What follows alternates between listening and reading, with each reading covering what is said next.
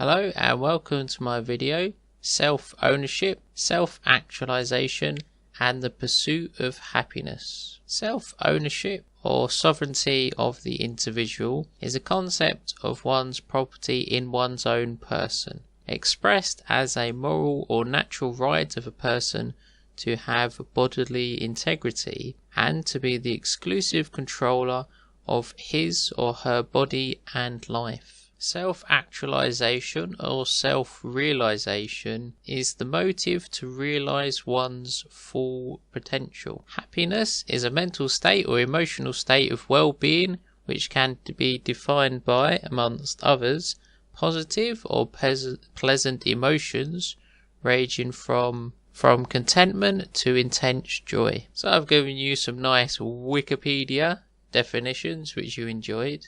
And I'm going to try and explain, in my opinion, in my life, how these things are all connected. So, self-ownership. So, for me, one of the first steps was to look at my life and then think about every single thing that I can control and that I can't control. Because if I can't control something, it's not really going to do me a lot of good to focus on it. For example, let's say you're worried about the next democratic process in your country and you're concerned about the implications. There's limited things that you can do to influence that democratic process. What would be a more realistic approach would be like, okay, if they change this law, I am going to take this action. They're going to change these laws, I will take this action. Because the future is reasonably uncertain, all you can do is have some general plans of rough actions. Obviously, it'd be nice if you could make some nice detailed plans. Now, assessing what is within and what is not within your control can be sort of a slow and a difficult process. Because ideally, we'd like everything within our control, everyone to do what we said, and then everything would run smooth and it'd be awesome for us. But this kind of over-optimistic view of the future and your control is only going to set yourself up for failure. Okay, so let me set the reset button on self-control and self-ownership. If I know, for example, I cannot control other people, then I need to understand if I was to get involved or in any form of relationship with someone else, what control or influence can I realistically have over other people? And what control and influence could they have over me? And when you sort of understand all this, you then need to think, who is ultimately responsible for my life? Who is ultimately responsible for the decisions that I take? Now, of course, throughout your life, I'm sure plenty of people have screwed you over for no reason, which was outside your control. But after each lesson you learn throughout life, you should then have some sort of counter, if that's possible. I can't remember the exact saying, but it's like, well, don't get yourself into difficult positions, so then you won't have to make difficult choices. If you avoid the situation, you avoid the scenarios, then that would be the most ideal solution. I'll give you a funny example of sort of self-ownership. It's like, and self-responsibility. Like, imagine your boss is a massive arsehole. What can you realistically do to change your boss so he's less of an arsehole? Can you really sort of do anything? Or should you just admit he's an arsehole and then move on? Just find a different place to work. Self-actualization or self-realization. Similar sort of wording would be self-discovery, self-reflection, or self-exploration. The first thing, as I sort of mentioned earlier, is introspection. Working out what you can and can't control. And then you need to do a lot of introspection. So you need to figure out sort of your strengths, your weaknesses, your nature, your characteristics, your traits, good and bad. Now, I'm not telling you to, or it's not a process of castrating yourself. Like, for example, I'm English and I can't write English very well. Now, could I improve? 100% definitely. However, my goal, my realizing my dreams hasn't got anything to do with improving my English ability or my written English ability. So after lots of introspection, you should try to reach sort of, your ground level, your base, your starting point. So then you can realistically look at, what do you want to achieve in life? What do you want to do? No one can answer this question apart from you. That's why we almost use sort of vague concepts in our advice to other people. I'm going to make a slightly longer video, as in this one, where I sort of explain what I did as such and how I apply these concepts to live by. So many years ago, when I was more authoritarian, when I was younger, sort of, I don't know, saying, oh, like when I used to play games, I'd be like, oh, follow what I say, if you're wrong, you're some retard. Which had the effect of sort of polarizing people for me or against me. However, when I sort of analysed the people I was polarizing against, it's because they didn't understand what I was saying. I was poorly expressing my thoughts or opinions or feelings to the other person to convince them in what I'm saying had some validity. And this was 100% on me.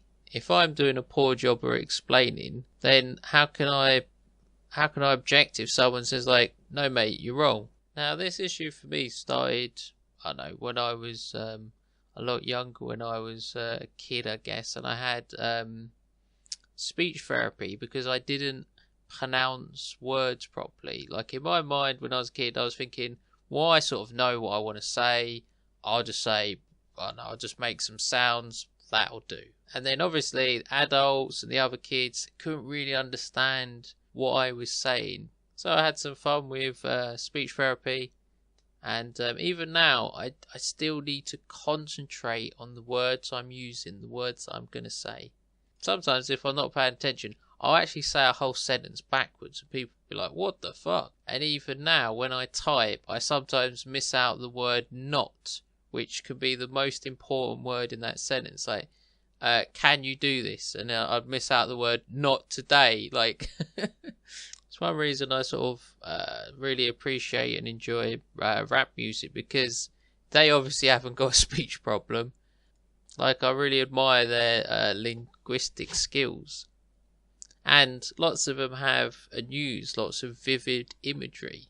Like, one of my favourite artists is Twisted Insane, and in one of his lyrics he said, "You will only be remembered like a thought from a dream," which for me is it's sort of like a very deep concept, and it's true, and it's just very, very interesting to listen to. So to give a short recap of what I just said, so I had a problem, speech impediment, speaking issues. I worked on the problem for years and years and years. I'm still working on it now. I'm far from cured. Ha ha ha. And not that I need external validation, but lots of people tell me I know I don't speak like other people. The way I put things is slightly better than the way other people put things. Of course, I will let you and the internet be my ever deciding judge. So, happiness. Well, the pursuit of happiness. I really enjoy the term, the pursuit of happiness, because the trouble with, when we say happiness, we mostly think about, or I think about, I know, the 1 or 2 seconds of bliss, like, yes, I've achieved something, or yes, I've done that. But happiness really is a state of mind, a general well-being of like, yep, things are awesome. And that's why even with myself, I kind of conflate the two things that, like, for example, overall I'm happy, and then obviously some shitty things can happen to you throughout your day, but you can't be like in this euphoric state of mind 24/7, like, oh, everything's great. Reality would be slapping you around the face, be like, everything is good, okay, it could be great, but you need to live in reality. When you start leaving reality, this is when you're almost leaving yourself open to get stabbed in the back by reality. Now, one reason why I've struggled with the pursuit of happiness, self-ownership and self-actualization is because I'm extremely empathetic, or an empath. So my nature is that I actually find it hard to do things sort of for myself, for my own benefit. Even something simple, like let's say I was in college and I had some homework to do. I would find it easier to help my friend do his homework than to do my own homework. Maybe this is why I don't have too much luck with the old women's. If I'm focusing on their happiness, and let's be honest, they're focusing on their happiness, my happiness is now in third place. It's getting neglected. And also I think society teaches us that sort of being altruistic, sort of self-sacrificing is sort of a good thing. I was brought up sort of religiously, and for me, I almost try to be sort of more transcendently good than Jesus. Now, what I mean by this is sort of when I was younger especially, I would always be competing with sort of Jesus to be like the best human or the best person I possibly could. I would only be like super moral or whatever. But straight away people could see right through it that the second there was an opportunity to be a martyr, I'd be like throwing myself on the cross, and they'd be like, what, you just a martyr, an attention-seeking bitch? So the sort of one of the steps I took is just to sort of, for a little while, it's just to sort of isolate myself from other people, and then just sort of focus on myself and what do I want to do in this one chance, this one life that I have. What can I realistically achieve with me, with what I have? And also, one of my favourite sayings is, give it a go. If you think, for example, you could do something, you should give it a go. You should go all out. One saying which I don't necessarily live by, but which is a good saying, life begins when your comfort zone ends. Because the person, or, well, yeah, the person that holds you back the most can often be yourself. Like you tell yourself like, oh, I couldn't do that, I couldn't do this. But the thing is, if you push yourself, you might be able to do it. But as I said, if you focus on what you realistically can do, what you realistically can achieve, you're not going to set yourself up for disappointment necessarily. Now, as I said, there will be external factors. There will be people be like, look mate, you're retarded, you can't do shit. There'll be even perhaps your family members telling you like, look mate, you won't achieve shit in your life, you're retarded. But success is the best revenge, but you don't need to do something to prove everyone else wrong. What you need to do is focus on yourself. Do everything for you on your own terms as best you can. Because if you're a younger guy, you probably will need to work someone. You can't just set up your own business off the bat because you haven't got the skills, the knowledge and the experience necessarily. But the second you start working for someone else, you're learning, and then you'll be like, one day you'll be like, yeah, fuck you boss, I'm going to set up a rival company and put you into the ground because you do such a shit job, mate. And who you got to blame? You got yourself to blame because you suck donkey dick. So happiness through meaning. I don't get much happiness or stimulation from short, impulsive little things. Like they say, I eat a chocolate bar and you get that like one little second of like, yeah, that was really good. Oh, I should eat another one. I don't. In terms of stimulation, for me, those things are really low.